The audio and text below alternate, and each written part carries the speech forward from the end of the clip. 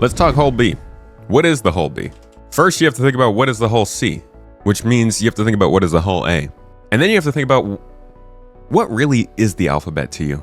No, it's really not that complicated. The hull B is just a smaller hull C. The most interesting thing about the hull series of ships is that there were originally only two. There was the hull A and the hull C. One was made to be the large truck. The other was, this one right here. The other was made to be the small support van, you know? But over time, they realized that they needed more in between those sizes. Listen to this. For most of the concern's history, MISC, the majority of the business has come from the production output of its heavy industrial division. The MISC HI, the high, is chiefly responsible for the whole series of range of configurable bulk transport spacecraft that have become ubiquitous in UEE space. Goes on to talk about the Jean influence. They say MISC has created the hull A through the E to provide countless options for every type of merchant, from the single-person A to the supermassive E. There's a hull for every job. When the line launched in 2802, 4 standard models ranged in size from the efficient A to the gargantuan D. Okay, I was wrong. I thought they started with the A and the C. The whole series quickly revolutionized. Oh, I think that was how CIG released it. I think they gave us the C first, and then the A, and then they were like, okay, let's do the B and the D. And then they were like, how about this one too? Which they are now like ratcheting down the size of because it's way too big.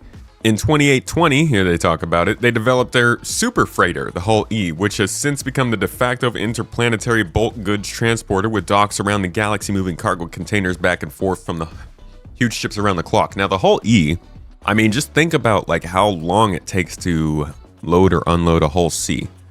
I don't even remember how big the hull C is. 4,600 SCU from the hull C, right? How much is the hull E? 3 times as much almost. 12,288 SCU, and I'm pretty sure that's lowered from what it used to be.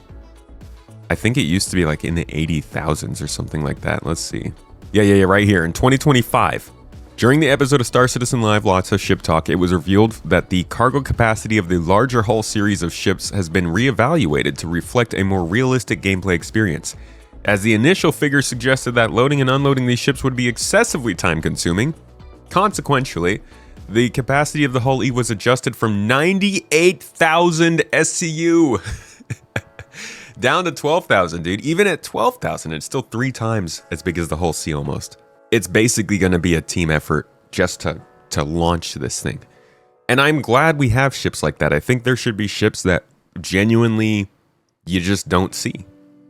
If you see it, you're like, holy crap, something big is happening. That's rare. Nonetheless, people will still try to buy this thing for real money and be angry when they can't solo it. But that brings us back to the hull B. This was made as a nice little go-between between the A and the C. I think it's going to fit a really nice spot. Carries 512 SCU.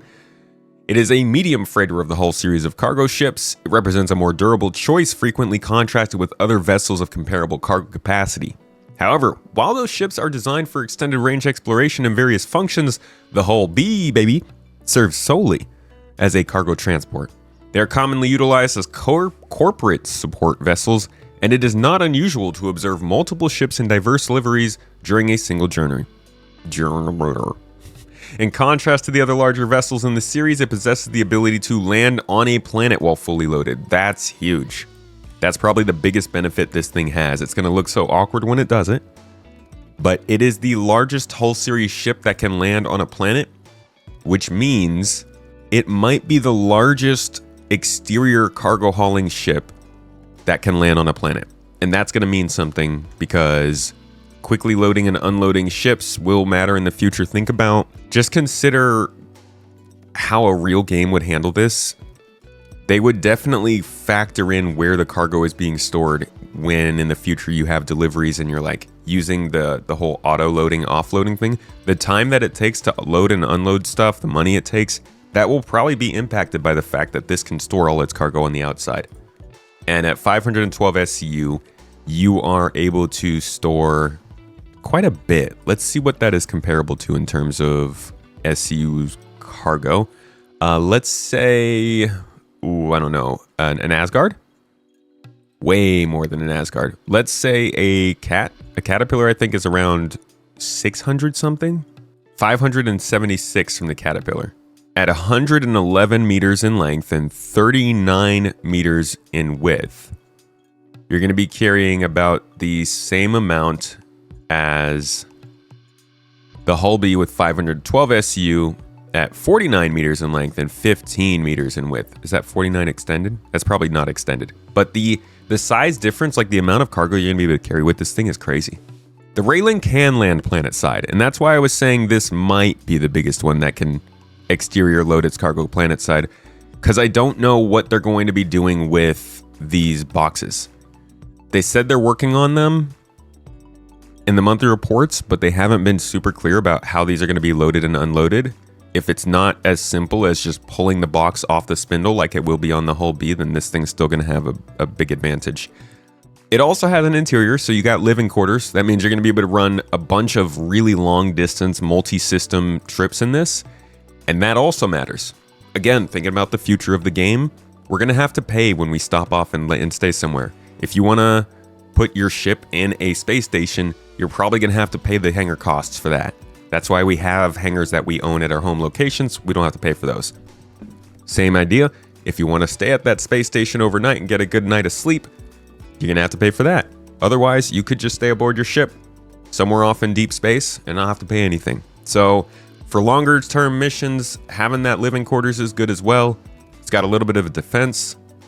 Doesn't even say what it is here. Looks like it's got 2 turrets. Maybe? No, 1 size 2 turret, possibly. Couple guns, probably not great defenses, but it's something. And tractor beams for loading and unloading cargo. It boasts the ability to carry 16 32 SU containers, so you can also load things in larger quantities than some of the other ships.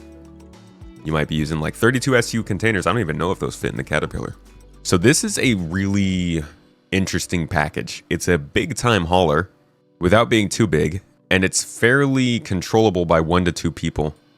Here's a comparable hauler as well. A little bit more cargo, about 150, 170 more SCU of cargo, but it's a significantly bigger ship, bigger target, still only 1 to 2 person, but it's 2 decks, so you got more to handle. If you get attacked, you got to go down to the bottom deck to change out relays and stuff. I think you're getting a really good package from the Hull-B as a hauler, but we'll see what it actually looks like when it comes out next month. Let me double check and see if there's anything interesting from the Q&A we can get from this thing. This is like way back in the day Q&A, 2015, so grain of salt. Yeah, they got a lot of numbers here that probably are not important to look at anymore. They say there are beds, TR8, max crew size 1. There's not room for multiple people to bunk down at once, but you certainly carry a passenger. Okay. So the 2 people can't sleep at once. Interesting. Do you have an upgraded cargo or trade lane software? What? The cargo or trading software will scale depending on the ship, although it will be derived from the same based application. That sounds like they're calling the application based. Rest assured that the cargo system for organizing the Hull-E will be quite a bit more complex than the Hull-A. We'll see. If the Hull-B lands empty and contracted, how will I put cargo on it still in the pad? Gonna have to unfold it, duh. It's interesting though that they're saying it will unfold on the ground. That's an interesting one. And it is also, yeah, it's weird it doesn't have 2 beds, but I think that's even less important now. Like, before I would have thought they would change the bed thing because beds were where you would log in and log off. But now they're saying that's not the case, so I don't even think this is that important. You want to get buffed? Sleep another time, buddy. And that might, honestly, these might be the kinds of reasons that they got rid of the whole bed logging thing, or just the fact that people are going to hate it. All right, the design for jump point limitations is still being developed, so there is no definitive answer. What does that say? The beam defension are larger. Does that mean it fits through smaller jump points?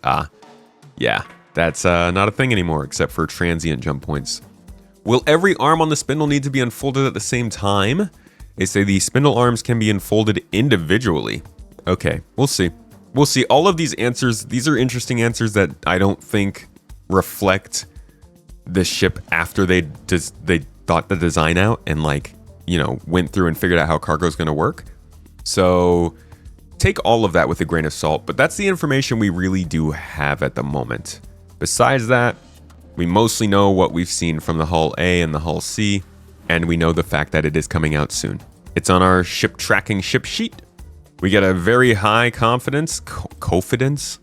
Come on now, man. A very high confidence that it is coming out soon. Our last update had it going through tech art, finalizing intricate spindle deployments. It was in gray box in November. Interestingly, we haven't been told too much else about where it's actually at right now, but we have it in Lot 0. So this is like for sure going to be a... I have it at May Invictus Week, but I'm thinking it's going to be an April thing. We'll see. That's the whole B.